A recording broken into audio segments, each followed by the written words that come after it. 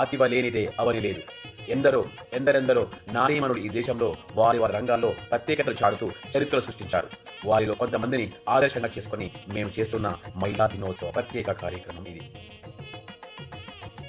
సావిత్రిబాయి పూలే గారు ఆధునిక భారతదేశంలో మొట్టమొదటి మహిళా ఉపాధ్యాయురాలు, మహిళల అభ్యున్నతికి, స్త్రీ విద్యకు మార్గదర్శకురాలు.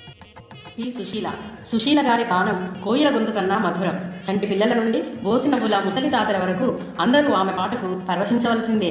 తెలుగుతో పాటు హిందీ, తమిళం, మలయాళం, కన్నడం వంటి పలు భాషలలో పాటలు పాడిన గాన గంధర్వురాలు. ఝాన్సీ లక్ష్మీబాయి భారతదేశం గర్వించదగ్గ మహిళా పోరాట యోధురాలు. భారత స్వాతంత్ర సమయంలో ఝాన్సీ లక్ష్మీబాయి యొక్క వీరోచిత పోరాటం ఆంగ్లేయులకు వెన్నులో వణుకు పుట్టించింది. ఆమె చిన్నతనం నుండే గుర్రపు స్వారీ, కత్తిసాములలో ఆరితేరిన వీర నారీమణి. కల్పనా చావ్లా ధైర్య సాహసాలతో అంతరిక్షయానం చేసిన భారతదేశ తొలి వ్యోమగామి. కల్పనా చావ్లా పేరు వింటేనే నిప్పులేగజిమ్మే రాకెట్ గుర్తుకొస్తుంది.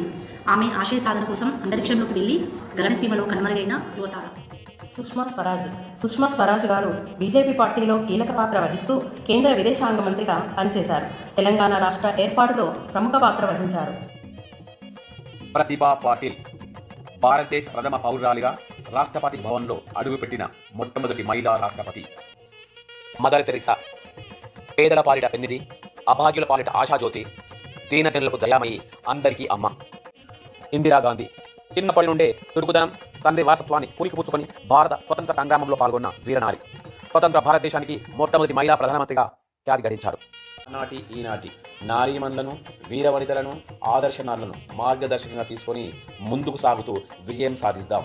అందరికీ మహిళా దినోత్సవ శుభాకాంక్షలు తెలుపుతూ